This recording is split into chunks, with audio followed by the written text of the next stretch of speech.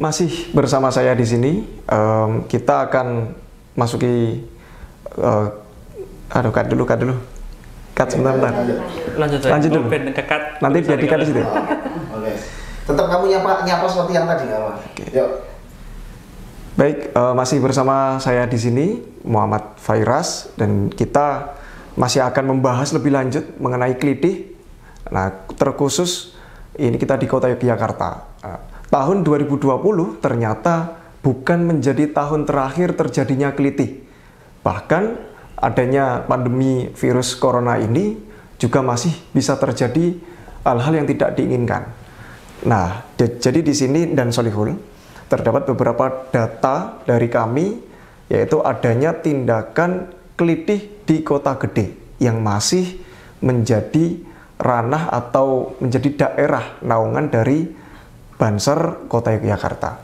Nah, itu bagaimana kemudian jajaran Banser ini untuk kaitannya mengawal dan tanggapannya dengan hal tersebut seperti apa? Ya, terima kasih Mas Fairas. Jadi berkaitan dengan kasus yang baru saja terjadi kemarin ya. Iya. Jadi kami juga sudah berkoordinasi dengan Komandan Banser Satkoryon yang ada di Kota Gede, itu terkait dengan kejadian tersebut karena lokasinya ada di Kota Gede. Nah, itu memang kenakalan remaja itu tadi ya, itu kan segerombolan anak-anak muda yang itu masih relatif kategori pelajar, masih di bawah umur, sehingga kasusnya pun sepertinya mereka tidak bisa ditahan itu karena mereka masih di bawah umur, walaupun ada mekanismenya di dalamnya ketika kemudian mereka sudah mengancam nyawa orang lain seperti itu. Karena di DIY ini ada Mas lembaga pemasyarakatan khusus anak itu di Gunung Kidul, jadi satu wilayah provinsi atau kita di DIY itu ada satu di Gunung Kidul.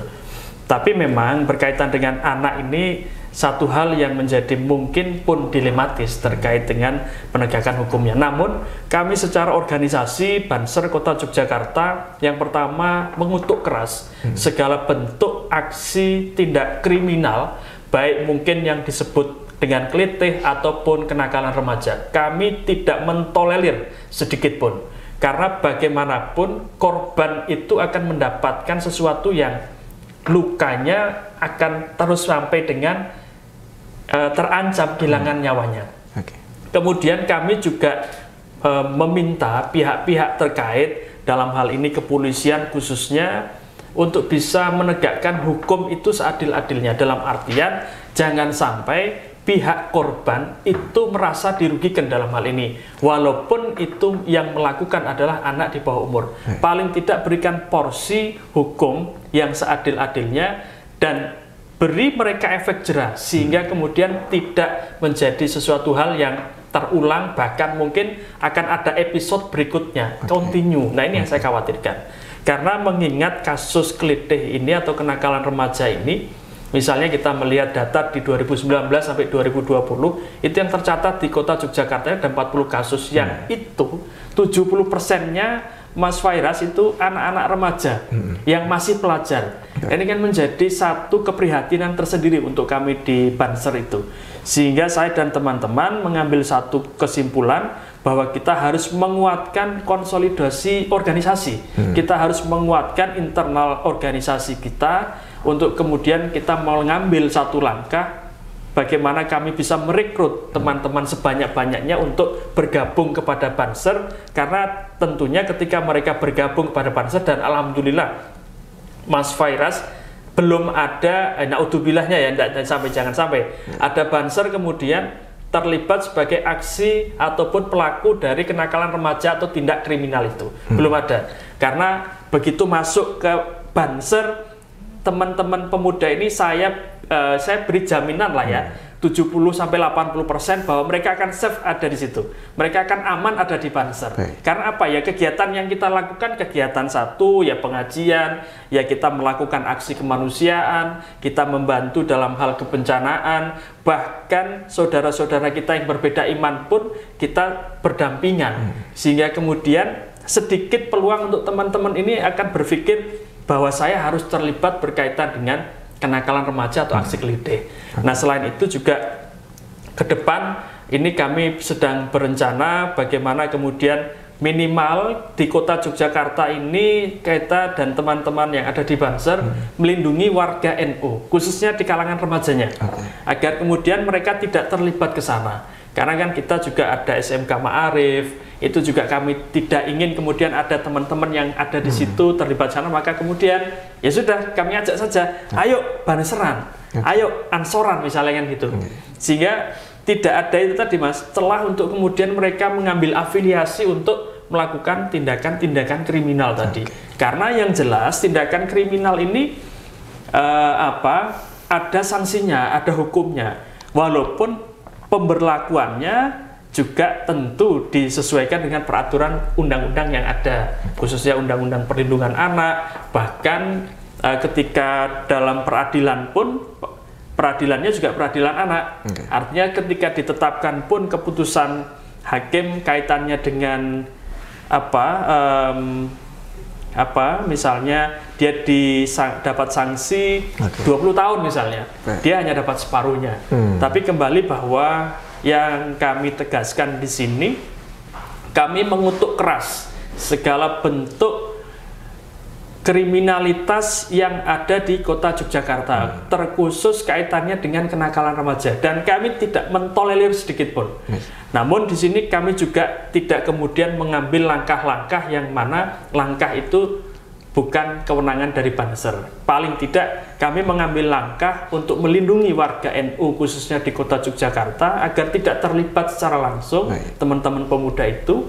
Dan sekali lagi saya mengajak kepada teman-teman atau warga NU di kota Yogyakarta untuk putra-putranya terlibat, ayo masuk ke Banser bersama dengan kita memerangi kelitih itu sendiri, dan insya Allah ada di Banser itu barokah adanya. Karena apa ya, kita bekerja, kita berkegiatan, dan yang lainnya hanya mengharap ridha Allah Subhanahu wa Ta'ala. Seperti itu Mas Fairas. Baik, wah itu sangat asik sekali.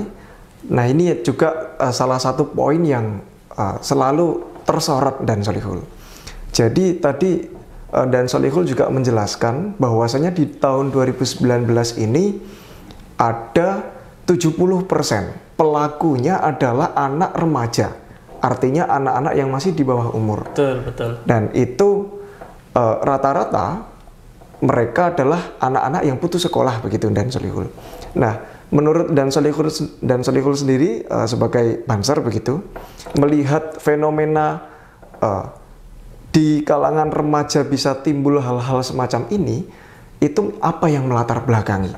Dan kemudian mengapa mereka melaksanakan itu padahal masih banyak hal-hal lain yang mengarahkan mereka ke hal-hal yang positif, malah mereka memilih kepada hal-hal yang cenderung negatif. Itu bagaimana Kang? Ya. Jadi kalau sejauh pengamatan kami itu memang ada beberapa hal Mas yang melatar belakangi, ya diantaranya adalah keluarga. Sebenarnya yang paling utama itu keluarga.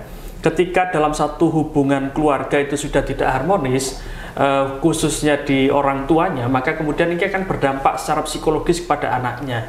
Sehingga pentingnya keharmonisan dalam rumah tangga itu sebagai benteng utamanya untuk menjaga anak-anaknya agar kemudian tidak terlibat dengan hal-hal yang negatif. Karena bisa menjadi pelarian. Kemudian yang kedua, faktor itu juga ada begini Mas Fairas. Jadi mereka ini ada juga yang tergabung dalam gangster-gangster, kelompok-kelompok. Baik. Sehingga kalau sudah berbicara gangster, sudah berbicara kelompok, ini berbicara gengsi. Artinya kelompok A atau gangster X itu sudah melakukan apa. Nah, gangster yang lainnya ini harus bisa melakukan yang lebih dari itu. Bahkan kemudian mereka juga kami memantau ya, melihat bagaimana kemudian perkembangannya itu ketika mereka bisa melakukan tindakan-tindakan kriminal yang mungkin non sewu, dalam bahasanya iso ngepruk kepalanya orang, bisa membaca orang. Bahasa mereka ini naik kasta. Seperti ini kan sangat memprihatinkan sekali. Sesuatu hal yang sangat kontradiktif. Dan banyak diantara teman-teman yang terlibat ini adalah teman-teman remaja, bahkan teman-teman pelajar.